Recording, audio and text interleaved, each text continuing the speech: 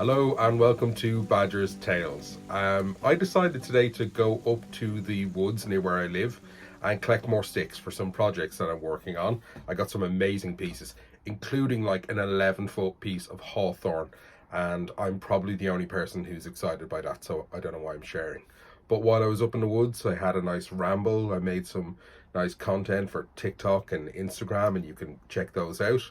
But I also decided to record a story because it was just so beautiful up there. I was in a good mood and I shared the story of Paddy the Bog. So please enjoy Paddy the Bog. Let me know what you think in the comments afterwards, and please like and subscribe.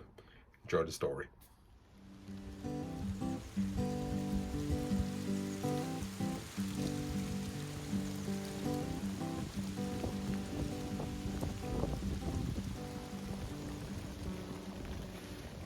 It's never too windy or rainy for a good story. And this is the story of Paddy the Bog. Now, Paddy the Bog got that nickname because he was a turf cutter. And it was said he could actually cut more turf in 2 days than most people could cut an entire week.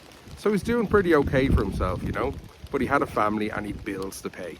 He'd gotten two amazing baskets made for carrying his turf, and they were made out of hazel, so they were good and strong. And he'd gone to the local saddler and gotten himself a straddle made, and this was to hang over his donkey and to hang the two baskets off so he could carry a fair bit of turf. Now, he'd been in Sneem for the day selling his turf, and he'd actually done pretty well for himself. He had enough money to bring home half a bag of flour that would keep them in bread and cakes. He had enough money to pay off a few of his bills, but he actually had a little bit left over, and he thought to himself that he was going to hang around the town and go and get himself a haircut. So he went down to a local barber that he knew, and it'd been months since he'd been there, and when he arrived in the barber's, he was very surprised to see that the barber had retired and his young buck of a son had returned from Dublin and had now taken over the family business. But, you know, Paddy was still happy to go in and get his haircut. So he went in, got the hair done, was pretty happy with the results. And when he said to the young barber, he says, "How much do I owe you?" And he says, "That'll be £1." Paddy says, £1? He says, "I get 10 haircuts off your father for that. I was going to pay £1." The young man said, "Well, my father's not here anymore and the price is £1, and if you can't pay it, well, you're going to be sorry." Reluctantly, Paddy handed over the £1, and when he left the place, he wasn't too happy, you know.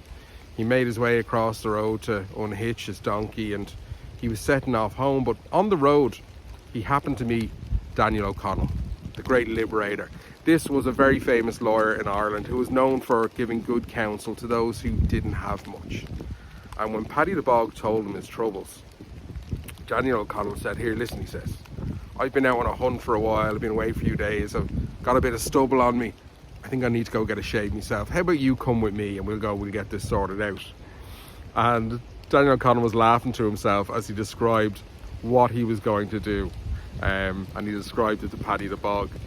So when they got close to the barber's, the two men, Daniel with his horse and Paddy with his donkey, the two men stopped by the side of the road, and Daniel put his big cloak on Paddy the Bog and he put his hat on his head, and he had a pair of glasses in his pocket. He stuck them on for good measure as well to make a nice disguise. And he got Paddy the Bog to hitch up the donkey and the horse just across from the barber's. Now, the two men went over to the barber's and in they walked. And the young barber straight away recognised Daniel O'Connell, and he was like so happy to see him, fawning all over him. He says, "Listen, what can I do for you?" Daniel says, "I'd like to get a shave for myself and for my companion." And of course the young barber was more than happy to oblige. He sat Daniel down into the barber seat. Paddy the Bog in disguise took a seat on the waiting bench, and Daniel O'Connell got an amazing shave. It was fantastic. They'd agreed a price. It was £1 each for the shave. So Daniel was pretty chuffed. And when that was all done, the young barber brushed him down. He says, "Now," he says, "it's time for your companion." And he goes to take the cloak off Paddy the Bog. Daniel O'Connell stopped and says, "Oh, that's not what the companion that I meant." He goes, "Here, listen, will you go out and get my companion for me?" He says to his mysterious companion. And Paddy the Bog walks out of the barber's, and he's gone for a moment, and next thing, in he walks with the donkey. And the barber is furious. He's amazed. He has no idea what's going on. He says, there's no way I can shave a donkey. He says, there's not enough razors in Ireland for me to shave a donkey. Daniel O'Connell says, well, we made a deal. We agreed a price. And if you can't pay it, I'm afraid you're not going to like what's going to happen. I'm going to spread the word around that you're not a man of your word. But I tell you what, we can solve this very quickly. Just give me £1. Reluctantly, the barber handed the pound to Daniel O'Connell, who immediately turned to his mysterious companion, who took off the cloak, the glasses and the hat, revealed himself to be Paddy the Bog, and happily accepted the £1. And the two men laughed and chuckled as they walked the donkey out of the barber shop.